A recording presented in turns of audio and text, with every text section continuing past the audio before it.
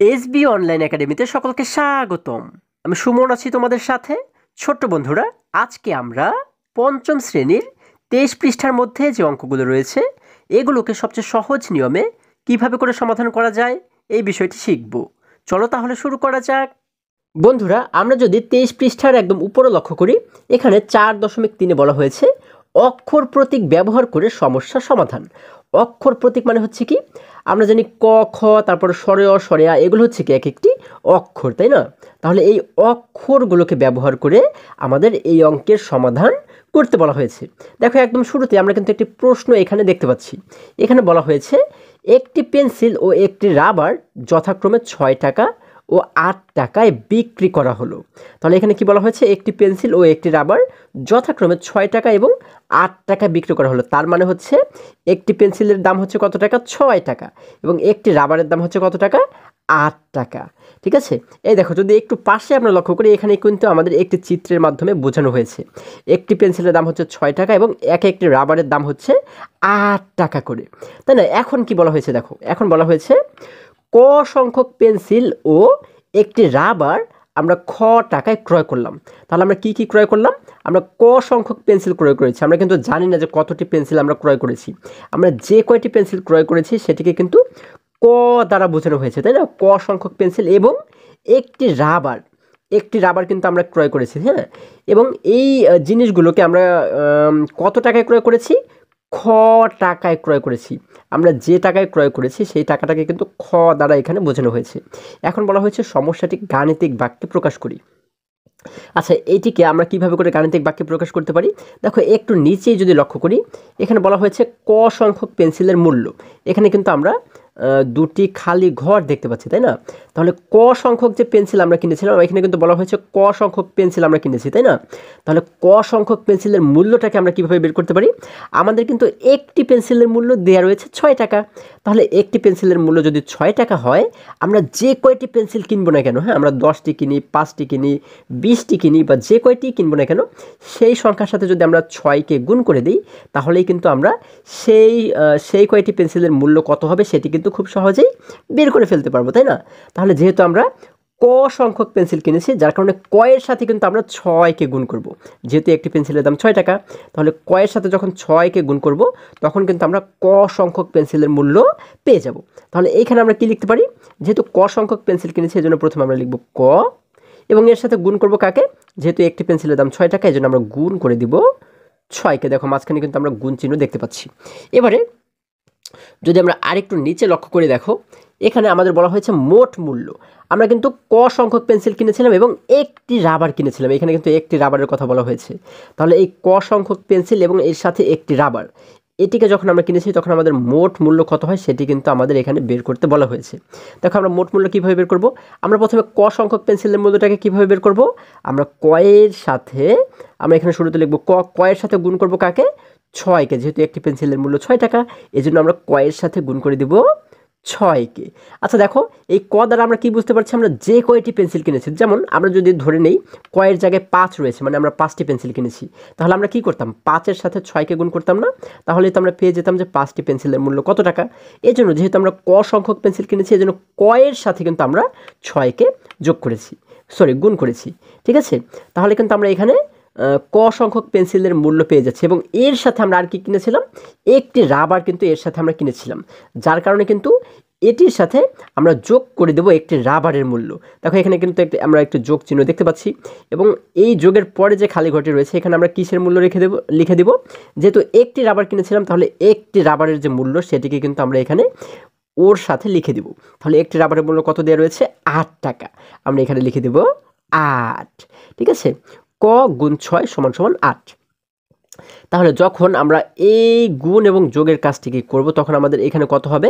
দেখো, 6-এর সাথে যদি আমরা এই ককে গুণ করে দিই, তাহলে হয়ে যায় 6ক, তাই না? এখানে ক এবং 6কে গুণ করে যে আমরা 6ক পাচ্ছি, এই 6ক এর সাথে যদি আমরা আরও 8কে যোগ করে দিই, যেহেতু মাঝখানে একটি যোগ চিহ্ন রয়েছে, তাহলে 6 এবং 8কে যোগ করলে হয়ে যায় 14, তাই না? তাহলে আমরা এখানে মোট পাচ্ছি হচ্ছে কত? 14ক। আমরা এখানে লিখে দেবো 14ক। ঠিক আছে, তাহলে আমাদের মোট মূল্য হচ্ছে 14ক। এবারে দেখো, যদি আমরা একটু নিচে লক্ষ্য করি, এখানে আমাদেরকে 1 নম্বরে বলা হয়েছে, দেখো 1 নম্বরে বলা হয়েছে কয়ের মান যথাক্রমে 5, 10, 15 এবং 20 হলে ক্ষয়ের মানগুলো কি হবে? ক্ষয়ের মানগুলো কি হবে? ক্ষয়ের মানগুলো বের করে নিচের খালি ঘরে লিখে। দেখো আমরা কিন্তু এখানে একটি বক্স দেখতে পাচ্ছি, তাই না?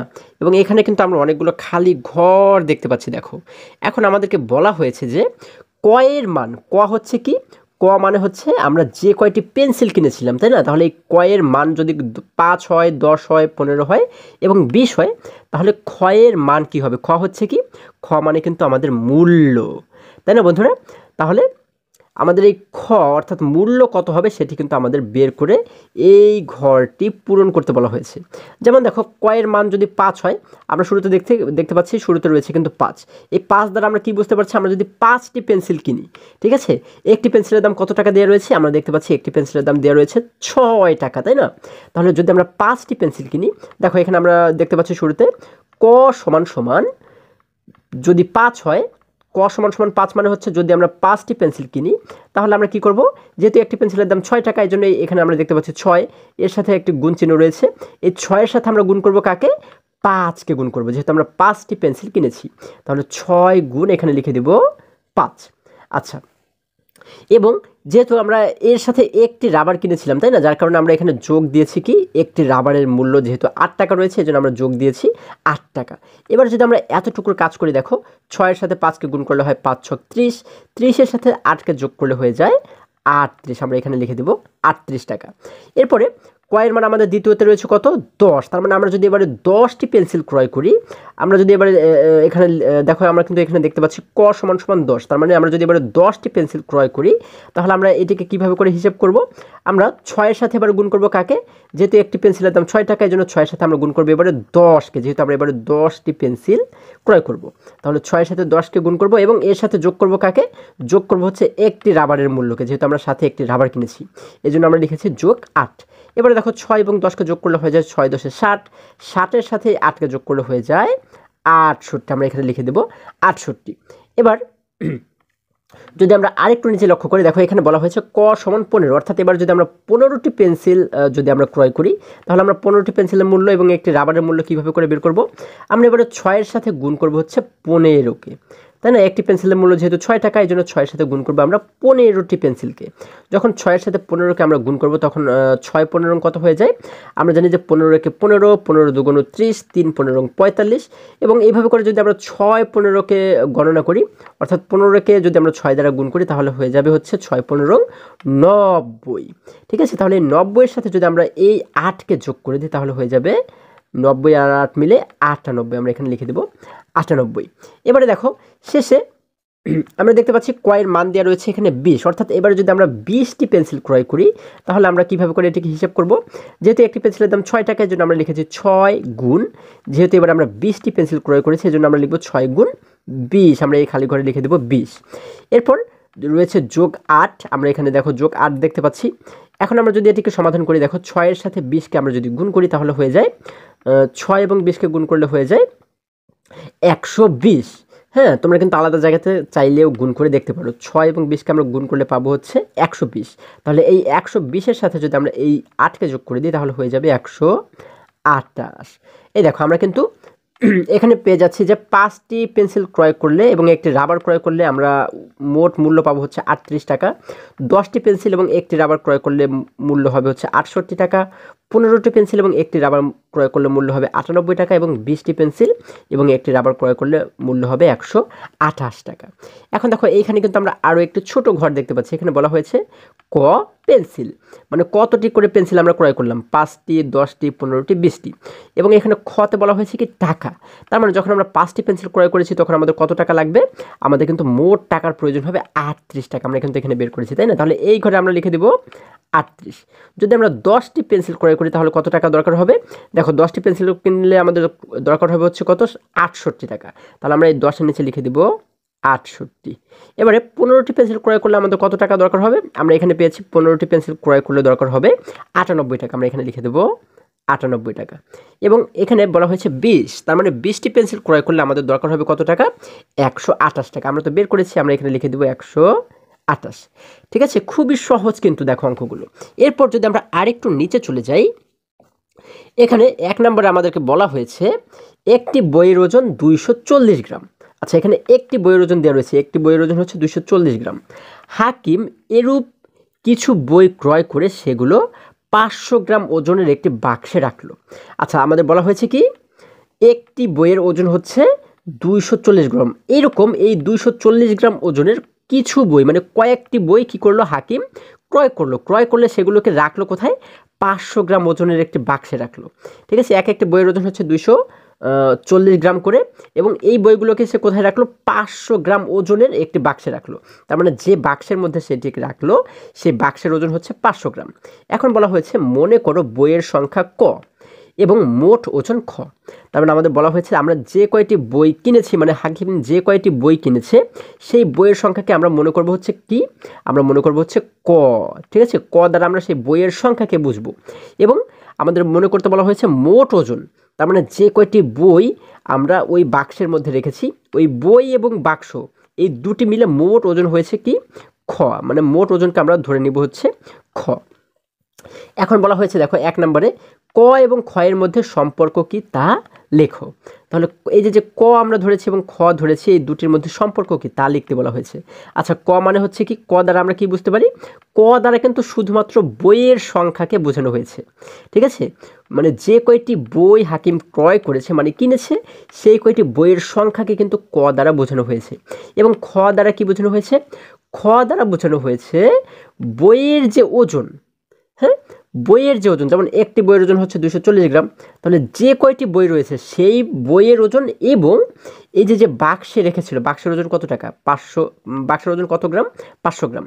তাহলে বইয়ের মোট ওজন এবং বাক্সের মোট ওজন এই দুটি মিলে যে ওজন হয় সেই মোট ওজনকে কিন্তু বলা হয়েছে খ দ্বারা, মানে বোঝানো হয়েছে খ দ্বারা। তার মানে আমরা কি বুঝতে পারলাম, ক হচ্ছে বইয়ের সংখ্যা এবং খ হচ্ছে বই এবং বাক্স, হ্যাঁ উভয়ের মোট ওজন। ঠিক আছে, এই দুটিকে কিন্তু ক এবং খ দ্বারা বোঝানো হয়েছে। এবারে দেখো যদি আমরা 2 নম্বরে লক্ষ্য করি, এখানে 2 নম্বরে বলা হয়েছে ক এর মান যথাক্রমে 10, 20 এবং 30 হলে খ এর মানগুলো নির্ণয় করি। আচ্ছা, ক এর মান বলা হয়েছে যদি 10 হয়, 20 হয় এবং 30 হয়। ক এর মান বলতে কি, ক মানে আমাদের কি বোঝানো হয়েছে, ক মানে কিন্তু বইয়ের সংখ্যাকে বোঝানো হয়েছে। তার মানে যদি বইয়ের সংখ্যা হয় 10টি, 20টি এবং 30টি, তাহলে খ এর মান নির্ণয় করতে বলা হয়েছে। খ মানে হচ্ছে কি, খ মানে হচ্ছে কিন্তু এই বইয়ের ওজন, তাই না। তাহলে যদি 10টি বই হাকিম ক্রয় করে, তাহলে এই 10টি বইকে যখন সে বাক্সের মধ্যে রাখলো, 500 গ্রাম ওজনের একটি বাক্সে রেখেছিল, তাই না। যখন এই বাক্সের মধ্যে রাখলো তখন এই 10টি বইয়ের ওজন কত হবে, এবং যদি 20টি বই সে রাখে তাহলে 20টি বইয়ের ওজন কত হবে, এবং 30টি বইয়ের ওজন কত হবে সেটি কিন্তু আমাদের বের করতে বলা হয়েছে। তাহলে আমরা এটিকে কিভাবে করে লিখব, দেখো আমরা এইভাবে করে লিখব বন্ধুরা। আমরা 2 নাম্বার দিয়ে লিখব হচ্ছে, আমরা 2 নাম্বার দিয়ে লিখব ক সমান সমান, যদি ক এর মান 10 হয়, মানে যদি সে 10টি বই ক্রয় করে, তাহলে 10টি বই যে বাক্সের মধ্যে সে রেখেছিল সেই বই এবং বাক্স মিলে মোট কত কেজি ওজন হয়েছিল, মানে কতটুকু ওজন হয়েছিল সেটি কিন্তু আমাদের বের করতে বলা হয়েছে।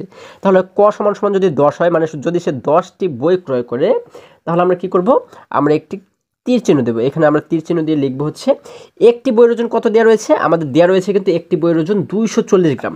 আমরা যদি বইয়ে আবারও লক্ষ্য করে দেখো, এখানে আমরা দেখতে পাচ্ছি একটি বইয়ের ওজন দেওয়া রয়েছে হচ্ছে একটি বইয়ের ওজন 240 গ্রাম, তাই না।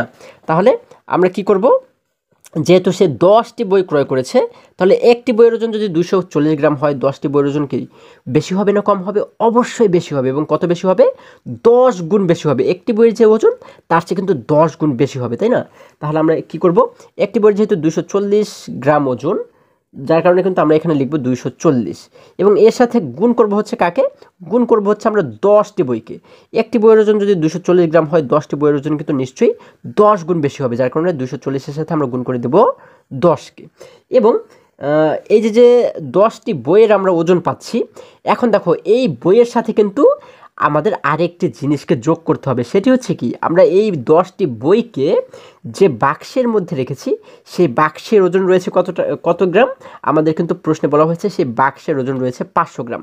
দেখো আমরা যদি প্রশ্নে লক্ষ্য করি, এখানে আমাদেরকে কিন্তু বলা হয়েছে যে হাকিম কিছু বই ক্রয় করে সেগুলোকে 500 গ্রাম ওজনের একটি বাক্সে রাখলো, তাই না? তার মানে কিন্তু এই যে 10টি বই সে ক্রয় করেছিল এগুলোকে যে বাক্সে রেখেছিল সেটির ওজন আরও 500 গ্রাম।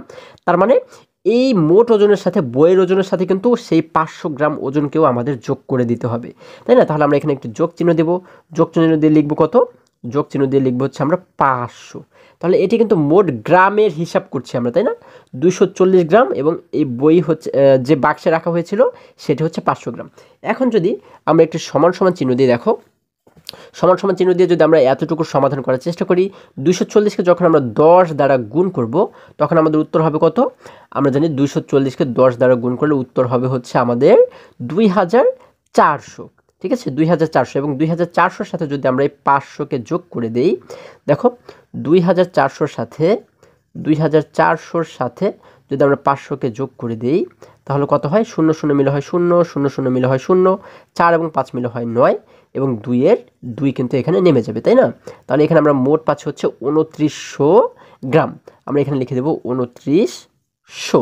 ঠিক আছে, তার মানে হচ্ছে যদি ক্রয়ের মান 10 হয়, অর্থাৎ সে যদি 10টি বই ক্রয় করে তাহলে এই 10টি বইকে যখন সে একটি বাক্সের মধ্যে রাখবে তখন মোট ওজন হবে কত গ্রাম? 2900 গ্রাম। ঠিক আছে, এটি হচ্ছে কি আমাদের উত্তর। এবারে আমরা ঠিক একই রকমভাবে কি লিখব? এখন আমরা নিচে লিখব হচ্ছে ক সমান সমান 20 যদি হয়, অর্থাৎ আমাদের কিন্তু প্রশ্নে বলা হয়েছে যে যদি কয়ের মান 10 হয় এবং 20 হয় এবং 30 হয়, 10, 20 এবং 30 এই তিনটি সংখ্যার কথা কিন্তু বলা হয়েছে। এবার কয়ের মান যদি 20 হয়, অর্থাৎ যদি সে 20টি বই ক্রয় করে তাহলে মোট ওজন কত হবে? বই এবং যে বাক্সে রেখেছিল সেই বাক্স সহ বইয়ের ওজন কত হবে? আমরা কি জানি যে একটি বইয়ের ওজন 240 গ্রাম। তাহলে যেহেতু সে মোট 20টি বই ক্রয় করেছিল যার কারণে কিন্তু 240-এর সাথে আমাদের গুণ করতে হবে 20কে, তাই না? এবং এর সাথে আমাদের যোগ করতে হবে কি?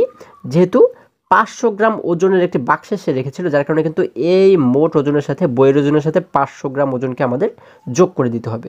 তাহলে দেখো যদি আমরা এতটুকু সমাধান করি, 240কে যখন আমরা 20 দ্বারা গুণ করব তখন আমরা পাবো হচ্ছে, দেখো আমরা যদি একটু গুণ করে দেখি, আমরা যদি একটু আলাদা জায়গাতে গুণ করি, 240 একে যদি আমরা 20 দ্বারা গুণ করি, শূন্য দ্বারা উপরে তিনটে অঙ্ককে যদি শুরুতে গুণ করি, শূন্যর সাথে শূন্যকে গুণ করলে হয় 0 0 0, শূন্যর সাথে 4কে গুণ করলে হয় 4 0 0, শূন্যর সাথে 2কে গুণ করলে হয় 2 0 0। আমরা নিচে একটি শূন্য দিলাম।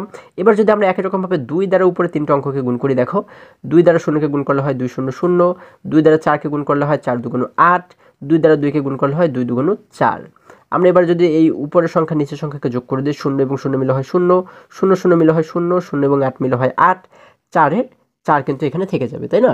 তাহলে এখানে আমরা পাচ্ছি 4800 এবং এই 4800-র সাথে যখন আমরা এই 500কে যোগ করব, দেখো 4800-এর সাথে আমরা যদি এখানে যোগ করে দিই 500কে, 0 এবং 0 মিলে হয় 0, 0 0 মিলে হয় 0, 8 এবং 5 মিলে হয়ে যায় 13, 13 3কে লিখবো আমরা এখানে 4, এখানে রয়েছে 4 এবং এই 4-এর সাথে যদি হাতের 1কে আমরা যোগ করে দিই তাহলে 4 এবং 1 মিলে হয়ে যায় 5। তার মানে আমরা এখানে পাচ্ছি হচ্ছে মোট কত? 5300 গ্রাম, তাই না?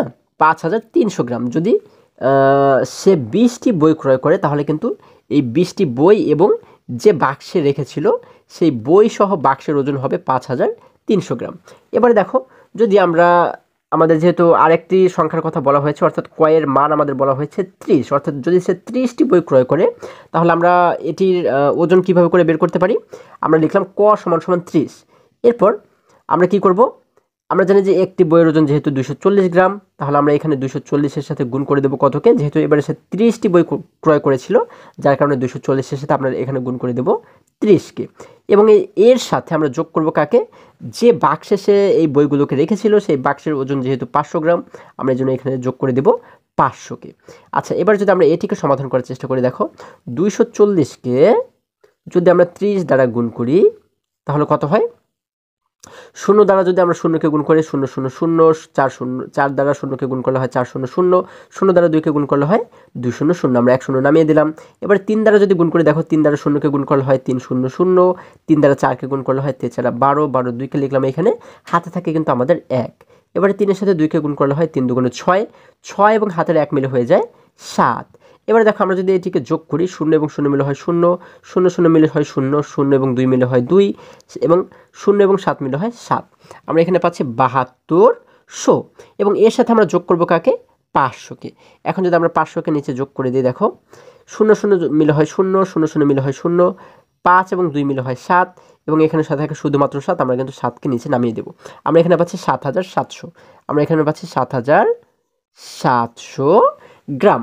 অর্থাৎ যদি সে 30টি বই ক্রয় করে তাহলে মোট ওজন হবে 7700 গ্রাম। তার মানে এটি দ্বারা আমরা কি বুঝতে পারছি? যদি সে 10টি বই ক্রয় করে তাহলে ওজন হবে হচ্ছে 2900 গ্রাম, 20টি বই ক্রয় করলে ওজন হবে হচ্ছে 5300 গ্রাম এবং 30টি বই ক্রয় করলে ওজন হবে 7700 গ্রাম। এটি কিন্তু বই এবং এই যে 500 আমরা এখানে যোগ করে দিচ্ছি, এটি হচ্ছে কিসের ওজন? এটি হচ্ছে বাক্সের ওজন। বই এবং বাক্স মিলে মোট ওজনটাকে কিন্তু আমরা এখানে বের করেছি। বন্ধুরা, আজকে আমাদের এই পর্যন্তই। আশা করি আজকের প্রত্যেকটি অঙ্ক তোমরা খুবই সহজে এবং খুবই মজায় মজায় শিখতে পেরেছো। আবারও দেখা হবে পরবর্তী ভিডিওতে। আর হ্যাঁ, তোমরা যদি আমার চ্যানেলে নতুন হয়ে থাকো তাহলে অবশ্যই এখনই চ্যানেলটি সাবস্ক্রাইব করে পাশে থাকো, যেন আমার যে কোনো ভিডিও আপলোড করার সাথে সাথে খুব সহজেই তোমরা সেটি পেতে পারো।